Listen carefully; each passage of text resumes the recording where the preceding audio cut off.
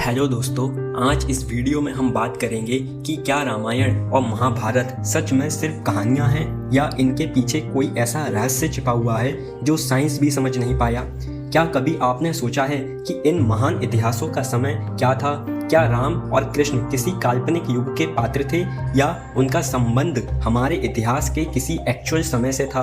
आज के इस वीडियो में हम एक ऐसे सफ़र पर चलेंगे जो आपको ले जाएगा साइंस के फैक्ट से लेकर पुराणों के कॉस्मिक साइकिल्स तक, जहां हम जानेंगे कि रामायण और महाभारत कब हुए होंगे, उनका संबंध सरस्वती नदी, ऋग्वेद और मोहनजोदारो जैसी प्राचीन सभ्यताओं से कैसे है और कैसे साइंस और धर्म के बीच का फर्क हमें एक नए नजरिए से सोचने पर मजबूर करता है।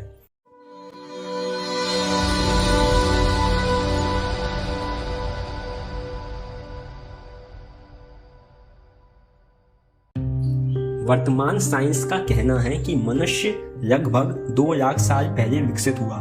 इससे पहले आइस एज था, सब कुछ बर्फ से ढका हुआ था। लेकिन पुराण कहते हैं कि मनुष्य ऋषि और देवताओं से प्राप्त हुए, जिसका अर्थ है कि मानव सिर्फ एक बायोलॉजिकल स्पीसीज नहीं बल्कि एक डिवाइन क्रिएशन है। भारत में आइस एज का प्रभाव उतना गहरा नहीं था जितना कि अन्य महाद्वीपों में था, इसलिए यहाँ मानव जीवन और उसकी आध्यात्मिक प्रगति लगातार बनी रही। वेदास और पुराणों में समय को लीनियर नहीं बल्कि साइक्लिक माना गया है। हर कल्प के बाद प्रलय होता है और फिर नई सृष्टि का आरंभ। साइंस के पास इस साइक्लिक समय को नापने का कोई मेथड नहीं है, इसलिए उसके उत्तर लीनियर होते हैं, जबकि पुराण एक ब्रह्मांडिक चक्रव्यूह का वर्णन करते हैं। दोनों अपने सही दृष्टिकोण से बात करते हैं और दोनों को गलत नहीं कहा जा सकता। राम और कृष्ण बार बार जन्म नहीं लेते, उनका अवतार केवल 7वें मनवंतर में होता है, जिसे वैवस्वत मनवंतर कहते हैं। हर मनवंतर में 71 चतुर्युग होते हैं। राम का अवतार 24वें चतुर्युग के त्रेता युग में हुआ है और कृष्ण का अवतार 28वें चतुर्युग के द्वापर युग में हुआ है। वर्तमान में हम 28वें चतुर्युग के कली युग में जी रहे हैं, जो लगभग 5000 साल पहले शुरू हुआ है। मतलब महाभारत तो कुछ हजार साल पहले ही हुई होगी, लेकिन रामायण महाभारत से भी पहले करोड़ों साल पहले हुई होगी। यह बात तब और गहरी हो जाती है जब हम इसे सरस्वती नदी और ऋग्वेद के संदर्भ में देखते हैं। सैटेलाइट इमेजरी के माध्यम से यह पता चला है कि सरस्वती नदी अपने पीक पर लगभग 8000 से 10,000 साल पहले थी और उसके बाद वह सूख गई। ऋग्वेद में भी सरस्वती का वर्णन मिलता है। इससे पता चलता है कि वैदिक लिटरेचर उस समय भी था जब दुनिया के अन्य भागों में सभ्यता की शुरुआत भी नहीं हुई थी। आर्यन सिविलाइजेशन से पहले भी भारत में ऐसी एडवांस्ड सिविलाइजेशंस थीं जिनका उल्लेख साइंस भी आज तक समझ नहीं पाया। मोहनजोदारो और हड़प्पा जैसे नगर यह साबित करते हैं कि हमारी सभ्यता में ऐसी टेक्नोलॉजी थी जो आज भी आश्चर्य का विषय है। उनके ड्रेनेज सिस्टम्स, प्लानिंग्स और कला के रूप सब कुछ इस बात की तरफ इशारा करते हैं कि शायद उनका संबंध रामायण जैसे युग से था। क्या पता पुष्पक विमान जैसे यंत्र उस समय सच में थे। और जब हम रामायण की घटनाओं को समय के स्केल पर रखते हैं तो एक और सवाल उठता है कि अगर रामायण करोड़ों साल पहले हुई तो राम सेतु सिर्फ 7000 साल पुराना कैसे हो सकता है, जैसे कि कार्बन डेटिंग बताता है? इसका जवाब भी पुराणों में है।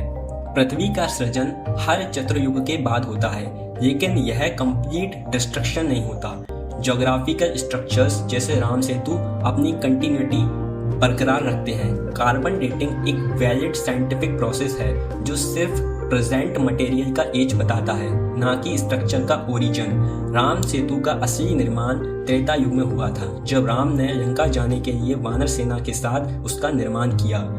लेकिन उस समय के मटेरियल्स अब समुद्र के नीचे कोरल्स और सेडिमेंट्स के रूप में छुप गए हैं।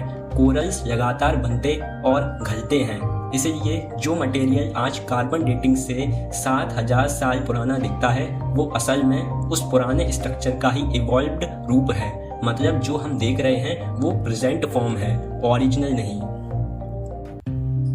वेद और पुराण को भी साइंस कुछ हजार साल पुराना मानती है, क्योंकि उसके पास ओरल ट्रेडिशंस या कॉस्मिक साइकिल जैसे कंसेप्ट को मापने का तरीका नहीं है। साइंस के पास रेडियोमेट्रिक डेटिंग जैसे टूल्स हैं जो फिजिकल प्रोसेसेस के आधार पर सृष्टि का समय निर्धारित करते हैं, लेकिन पुराणों के हिसाब से प्रलय और सृष्टि हर कल्प के बाद होती है और इस प्रक्रिया में कई बार दुनिया बच चुकी है और कई बार विनाश भी हो चुका है। ये एक डिवाइन साइकिल है जिसका वर्णन केवल आध्यात्मिक दृष्टि से ही संभव है। और अंत में एक और महत्वपूर्ण शिक्षा लेने वाली बात कि Puranas are religious but Vedas are spiritual. हमें सबसे पहले स्पिरिचुअल बनना चाहिए, तभी हम रिलीजियन को समझ पाते हैं। स्पिरिचुअलिटी इनर अवेकनिंग है और रिलीजियन उस पाथ की रीति नीति। जब हम दोनों को सही रूप से समझते हैं तभी हमें रामायण और महाभारत जैसे ग्रंथों का असली अर्थ समझ में आता है।